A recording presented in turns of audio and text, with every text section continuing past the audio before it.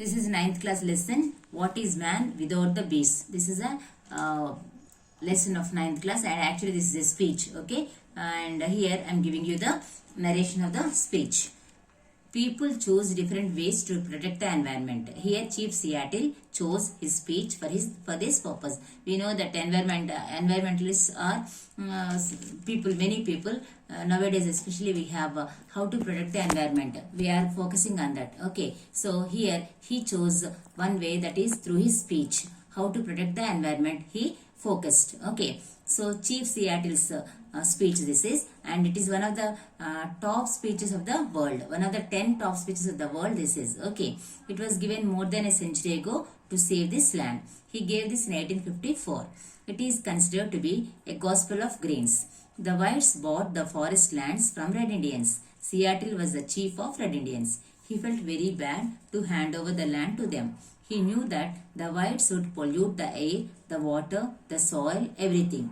He cited the examples of smoking of metal horse, that is the rail, and the slaughtered buffaloes, etc. In each and every word of his speech, he expresses how his people fondled the land. The reason also he depicted here, as his ancestors, worse in breath, still hovered in the air. He also boldly asked them, they could buy the land, but could they buy the sky? The warmth of the land. It shows his emotional status towards his motherland. He also states that the mist, the sand, the shore, the greens of the leaves, the sap that courses the trees, all this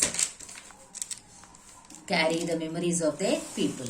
He also says that earth is a part of their lives. The flowers, the birds, the animals, the rocky crests, the meadows, the heat of pony, and the man all belong to one family.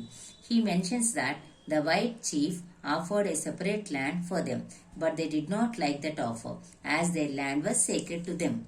The clear water shows the reflections of their ancestors. The air was precious for them. He sold his land on one condition, that the white should treat it along with the animals and birds as own brothers. At the same time, he was suspicious whether the white would follow this. Seattle concludes that the earth doesn't belong to man, but man belongs to earth, as all things are connected. The nature is a cobweb. If one breaks a strand of it, the entire web will be deformed. If we spit on the earth, it means we are spitting on ourselves. So whatever we do to the nature, it reflects us. Finally, he says that the nature would be a mystery to them. This is very emotional speech. Once all of you go through the lesson, already I narrated. Once again you watch this video so that you can understand in detail. Thank you.